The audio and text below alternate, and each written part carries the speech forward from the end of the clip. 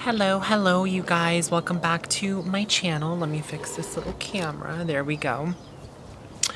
I want to pop on here really fast and just answer some questions that I've been getting a lot regarding my voice feminization surgery that I had with Dr. Kim at Yeazon Voice Center in Seoul, Korea. If you guys have watched my videos on my channel, I have a few posted up about my voice surgery I had 2 years ago. If you haven't watched them, go ahead and take a look. But I want to answer some questions that I keep constantly getting asked over and over again. And I just wanted to clear that up really fast for anybody who hasn't watched my voice videos. So the cost of the overall surgery, if I'm remembering correctly, was about $8,500 US. And by the time that you take accommodation, your flight, food, everything into consideration, I ended up spending a little bit over $10,000. I'm not really sure if the price of the surgery is still the same. You would have to contact Dr. Kim or Jenny at the Yeazon office and get a quote. They are really good at answering all questions, and they get back to you really fast. So if that's something that you're considering, I highly recommend messaging them or emailing them or even giving them a call if you can. But that's what I ended up paying, about $8,500 or a little bit over $10,000 once everything was said and done. Another question that I get asked is, how long did it take for you to recover from surgery? Right after surgery, you are not allowed to speak, make noise, cough, clear your throat for 30 days solid. So you have to be completely solid for 30 days following your surgery. For me, that was a little bit tough, as I'm sure it was for anybody else who's had it done. I pretty much took the month off of work. I didn't really hang out with a lot of people other than, one of my best friends. And she was very understanding, which was really nice because she would take me out to dinner. We'd go to the movies. We would do stuff even though I was completely silent. I would actually use my phone a lot to type or message her, or I'd write stuff down. That way we can, communicate while we were hanging out. But that was really nice of her to do that. But yeah, following the surgery, you have to be completely silent for 30 days. And then after that, you can, I believe, begin speaking a little bit. You're supposed to kind of keep your words limited for the following 30 days. So obviously no shouting, no singing, no yelling, don't getting crazy, just the normal, the yes, the no's, just kind of keep conversation to a minimum. And then after 60 days, you can proceed to voice train. So they do give you exercises that they recommend you do at home, kind of some homework. And you do that starting at the 60-day point. So I must admit that I did not voice train a lot. I didn't do my exercises the way that I should have. It's not because they were hard, it's just because I'm a lazy person and I did not have the motivation or the discipline to voice train, which I should have, because I went and made that huge expense and sacrifice, and why not enhance my results. But even prior to having surgery, for me, it was really difficult to voice train. There was always an awkwardness that I could not get through, and that did not change after surgery. But I must say that I was satisfied with my results. I wouldn't say that they were drastic results. I wouldn't say that they were, crazy, female, feminine, high-pitched, soft-spoken voice, but it was enough to make me feel confident, for me to be able to engage in conversations in different social settings without getting nervous and without feeling, scared to get clocked or scared to get, scrutinized. So it definitely, relieved my dysphoria, quite a bit. And that's pretty much what I wanted it to do, It didn't give me exactly what I wanted, but it gave me what I needed, which was better, in my opinion. So I'm completely satisfied with it. And if I wanted to voice train, it's not too late. I can still do it. Obviously, you can always change your habits. So it's not nothing, crazy. So I'm definitely very grateful for the results that I got. They were very subtle. They were exactly what I needed. So for me, I can't ask for anything more than that. So yeah. Another question I get is, how did you schedule everything? So they make it really, really simple, you guys. If you reach out to them and you schedule your surgery, they will give you the day that you should fly in, the day of your pre-op appointment, the day of your surgery, and the day of your follow-up post-op appointment, which is usually about 7 days. So I think I was in Korea a total of 9 days, the day before my pre-op, and then the day after my post-op. So yeah, I was pretty much there. I believe it was 8 or 9 days.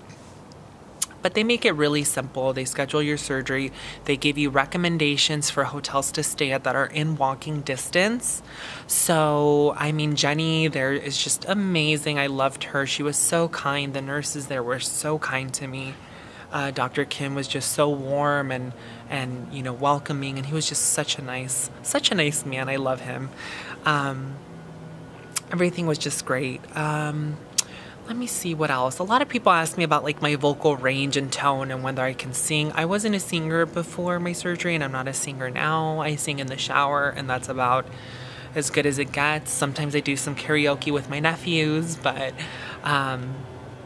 I'm not a singer, you guys, so I mean, I can't really tell you what my vocal range is. I wouldn't even know. I mean, if I want to do my voice a little bit higher and softer, I could do this, or if I want to get, you know, deeper, I could do this, but it sounds silly, you know, so I just talk the way that I'm talking now. It takes absolutely no effort. It's just what comes out when I speak. And like I said, if I wanted to voice train, I totally could. But very subtle results, and I'm very, very happy with that. What is another question that I get? I always get people also asking me what they think about getting surgery in the US, and I don't really have an opinion on that. I can't really say. I don't have a lot of information. I don't really know too many people who have had voice feminization surgery here in the US. For me, at the time of scheduling my surgery and doing the research to where to go, I chose Dr. Kim because, one, I had seen he had amazing results when I was searching YouTube up and down. I would always see Yays pop up. Two was because there's no incision. They literally go in through, you know, your mouth, and there's no cut on the, you know, slit on the neck or anything. Because I have heard that some surgeons do make like a little incision here on the neck, and that's not something that I wanted to go through. I don't know why, I just didn't. When I got a tracheal shave, my scar is right under my chin. So for me to have a scar right where my trachea is, it's not something that I wanted. So that was definitely one of the biggest reasons why I went to Dr. Kim, and also because when I did reach out to them for information, they were just so kind, so helpful. I mean, they had so much information. It was amazing. I felt so comfortable with the decision that I was making, and I'm so happy that I went.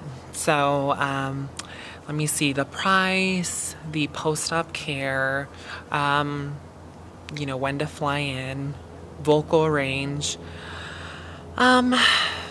Let me see, as far as any cons to the surgery, I think the only thing that I can say that I was not pleased with, or maybe that I was kind of frustrated with, was the recovery. Not being able to speak for 30 days is really tough, you guys. It's a lot harder than you think. You know, you just have to tough it out. You have to follow doctor's orders and you know, not speak and be, you know, very silent and let yourself recover. No spicy food, no caffeine for the 30 days following your surgery. And flying back was kind of tough too, because you don't want to go through busy airports not being able to speak. That's really, really tough. But they make it very easy. Jenny and Dr. Kim actually give you like a little guide. It's like a printed piece of paper with different, you know, words and sayings that you might need when you're in Korea, and also when you're flying back, so you could literally just put the page up and point to it, you know. So they make it really, really helpful. They really thought about everything. you know, worst case scenario. They really thought about it, you know, what you might need coming out of surgery. So they made it so easy, and I'm so grateful for them. But yeah, if you guys have any other questions, go ahead and leave them down in the comments below and I can answer them.